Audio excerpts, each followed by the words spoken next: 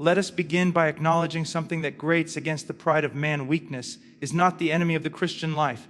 It is the very foundation of it. From the moment we open the scriptures, we are confronted with a God who consistently chooses the weak things of the world to shame the strong, the foolish to confound the wise, the broken to reveal his glory. This is not a poetic accident. It is the pattern of redemption, a divine paradox that stands in total opposition to the values of this age. We live in a culture intoxicated with self-sufficiency, intoxicated with the myth of personal strength, intoxicated with the belief that if one simply strives harder, believes more in oneself, and refuses to bend, then one will prevail. And yet, the gospel speaks a different word. Strength is not found in the assertion of self, but in its surrender. Think about the cross. In the eyes of the world, it was the epitome of weakness, public shame, defeat, the very picture of helplessness. Christ crucified was not a symbol of power by the world's standards. It was a scandal, a stumbling block, an emblem of failure. Yet hidden within that display of weakness was the most powerful act in all of human history, the victory over sin, death, and hell. What humanity despised as weakness was, in truth, the unveiling of the omnipotent strength of God. And this is the paradox that defines Christianity: strength through weakness, life through death, victory through surrender. But why does God operate this way? Why does he not simply display his strength in a manner the world can admire? Unshakable dominance, invincible armies, overwhelming force. Because if he did, man would continue in his delusion that he is something, that his contributions matter, that his power can coexist with God's. But when God chooses weakness, when he allows his people to walk through frailty, then his power is revealed in such a way that no one can boast. We are silenced, stripped of all pretense, brought low until we see clearly that all strength is borrowed, all power is his, all glory belongs to God alone. Philosophically, this strikes at the root of human pride. Every human being is driven by an impulse to establish significance, to prove worth, to secure a sense of strength against the chaos of existence. We construct identities based on achievements, abilities, or resilience, and we cling to the illusion that these things make us strong.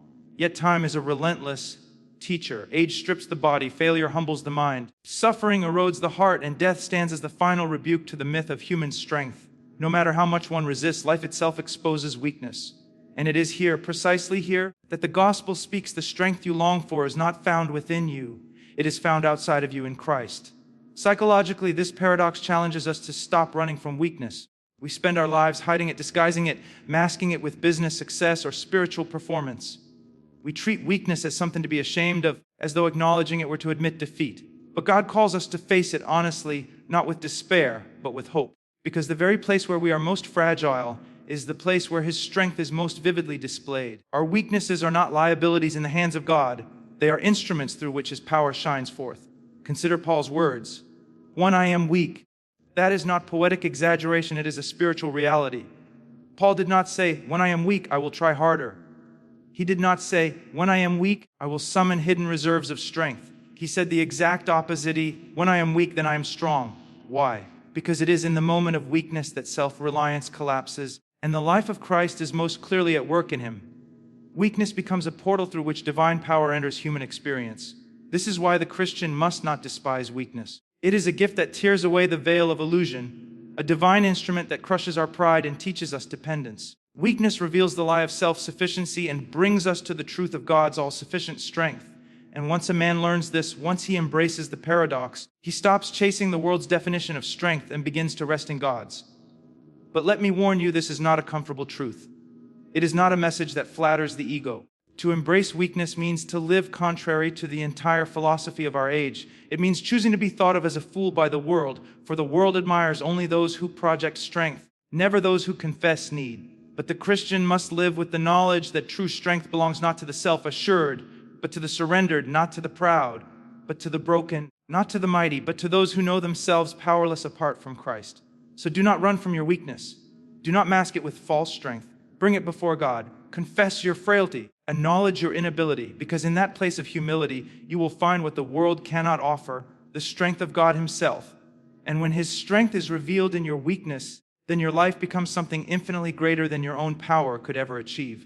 It becomes a testimony, a living witness to the paradox of the gospel that God is most glorified, and man is most satisfied, not when we are strong, but when we are weak. And here is the closing thought: your weakness is not the end of your story. It is the beginning of God's. If we are honest with ourselves, one of the hardest truths to accept is just how frail we really are.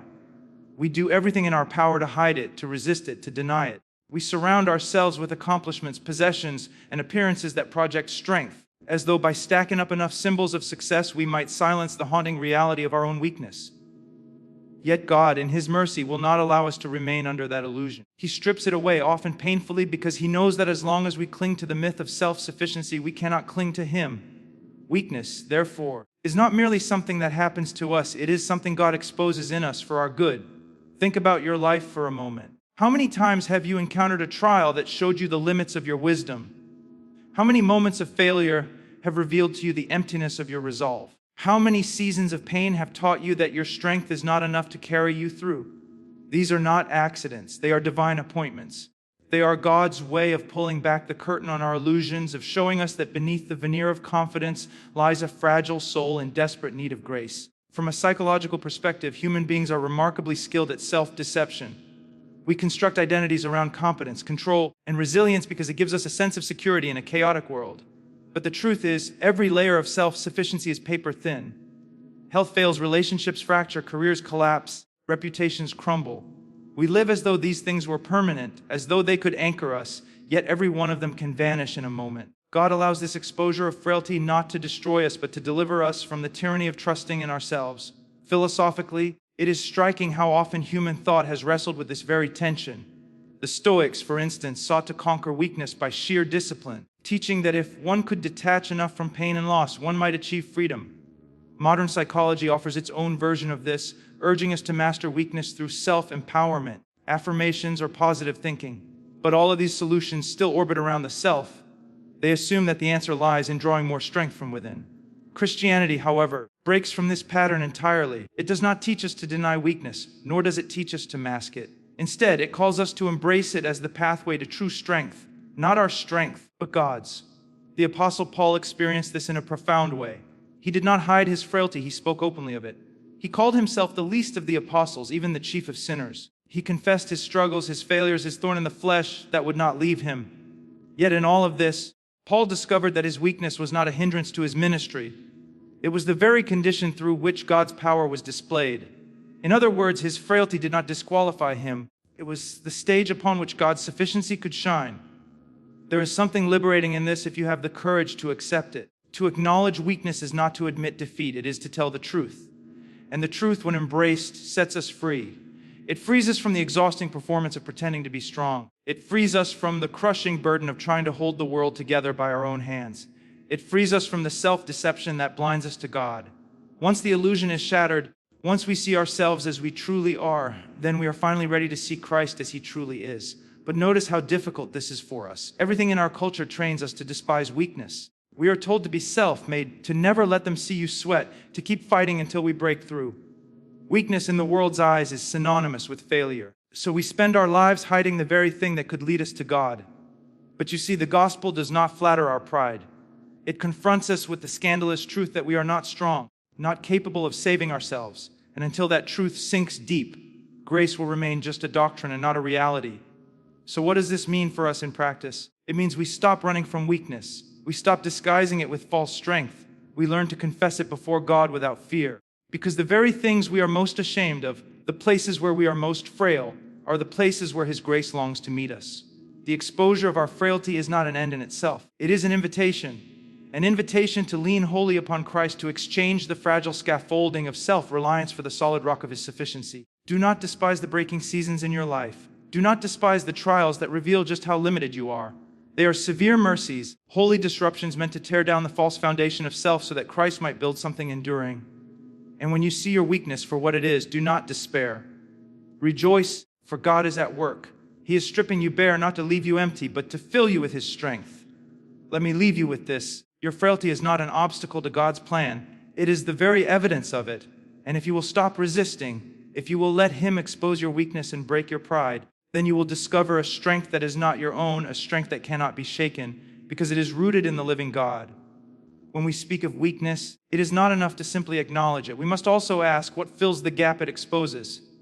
What sustains the believer when human ability runs dry, when strength collapses, when the self proves utterly incapable? The answer is not found in vague optimism or human resolve. It is found in the sufficiency of Christ's grace. And that is not a theological slogan. It is a lived reality. Paul's testimony in 2 Corinthians is one of the clearest windows into this truth.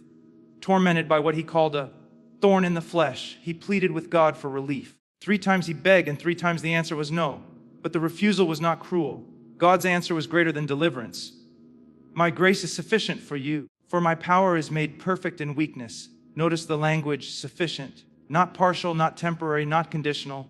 God does not promise to give grace as a supplement to our strength. He promises grace as the very source of it. The thorn remained, the weakness persisted, but in the persistence of that weakness, Paul encountered the strength of Christ in a way he could not have known otherwise. We often think grace is only about pardon, about the forgiveness of sins. And it is that gloriously so. But grace is more. Grace is also power, divine enablement for frail humans to endure, to obey, to persevere when left to themselves they would collapse. Grace is not simply God overlooking our weakness. It is God filling our weakness with His own strength. Where human resolve fractures, grace builds. Where courage falters, grace sustains. Where despair threatens to consume, grace breathes hope. Psychologically, this touches something profound. We live in a world obsessed with self-improvement. The shelves are filled with books about resilience, grit, and self-mastery. And while there is value in discipline and perseverance, there is a deeper reality those approaches cannot touch. No matter how strong your will, no matter how determined your spirit, there are burdens too great, wounds too deep, and trials too relentless for mere human effort. Eventually, the myth of self-sufficiency crumbles. Grace, however, does not crumble. Grace does not wear thin. Grace is not dependent on the size of our willpower, but on the infinite resources of God Himself. Philosophically, this shifts the very ground on which we stand. If human existence is merely a contest of strength, then weakness is defeat. But if life is about communion with God, then weakness becomes the meeting point of heaven and earth. Grace transforms the meaning of human limitation. What the world calls failure, God calls opportunity for His glory to be revealed. What the world calls deficiency, God calls a doorway through which His power enters. In Christ, insufficiency is no longer a liability. It is the place where divine sufficiency shines. This is why Paul could say, almost shockingly, that he would boast in his weakness. Not because he enjoyed pain or celebrated failure, but because he understood what weakness had accomplished in him. It had brought him to Christ. It had forced him to lean wholly upon grace. And in that leaning, he discovered a strength that was unshakable because it was not his own.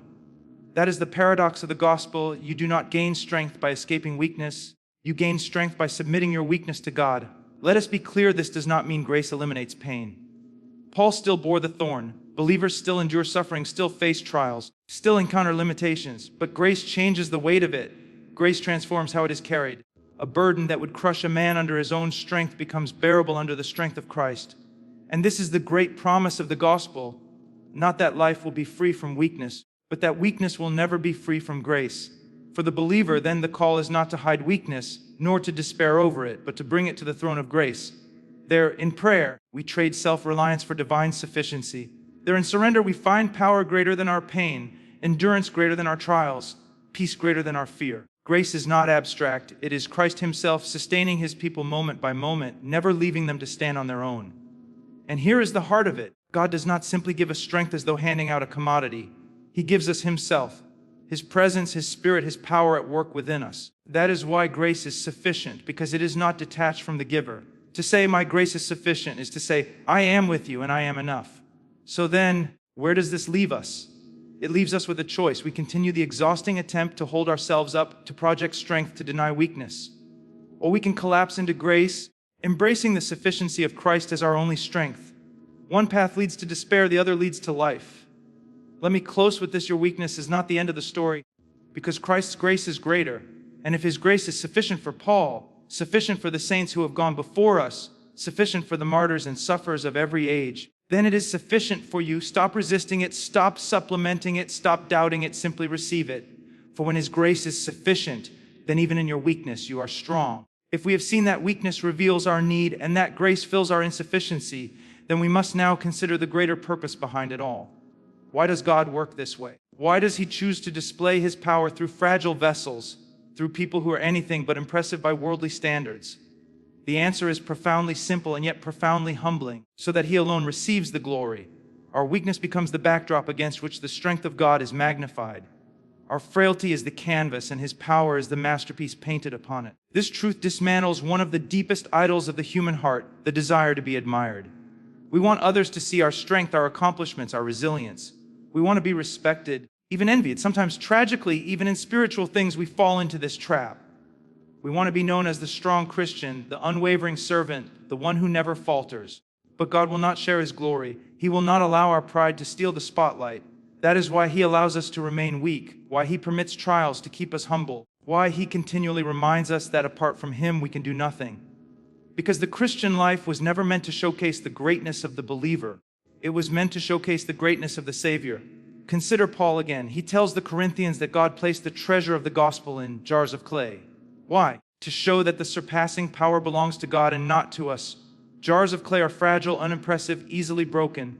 They are not meant to draw attention to themselves. They are meant to highlight what they carry. That is what you and I are, clay vessels. And God intentionally leaves us weak so that when anything enduring, anything powerful, anything life-giving flows out of us, no one can mistake its source. They will know it is not us, it is Christ in us. Psychologically, this is a radical shift in perspective. The natural instinct of man is to hide weakness and magnify strength. We spend our lives curating an image, carefully projecting competence while concealing fragility. Yet the gospel turns this instinct upside down. It teaches us that true freedom comes not from drawing attention to ourselves, but from disappearing into the background so that Christ is exalted.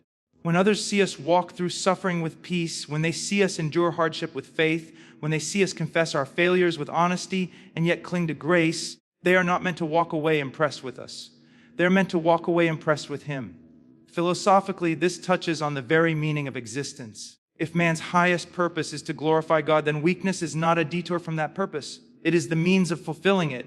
In weakness, our illusion of autonomy dies, and the truth of divine sovereignty shines. In weakness, we are reminded that history does not revolve around us, but around the glory of the one who sustains all things. And so, weakness is not wasted, it is not meaningless. It is the tool by which God shifts the gaze of creation from the creature back to the Creator. Now, this does not mean we glorify God by deliberately seeking to be weak or incompetent. Paul did not boast in laziness or mediocrity. What he boasted in was the reality that even when he was faithful, he knew the results were not his doing. He planted, he watered, but it was God who gave the increase. The danger is not in diligence, but in believing that diligence is the source of fruit. The glory of God in our infirmities is revealed when we work hard, but acknowledge that the strength came from him when we persevere in trials, but confess it was his grace that sustained us, when we achieve something for his kingdom, but point beyond ourselves to the one who made it possible. And here is the astonishing thing: when our lives become testimonies to God's strength, they are far more impactful than if we appeared strong ourselves.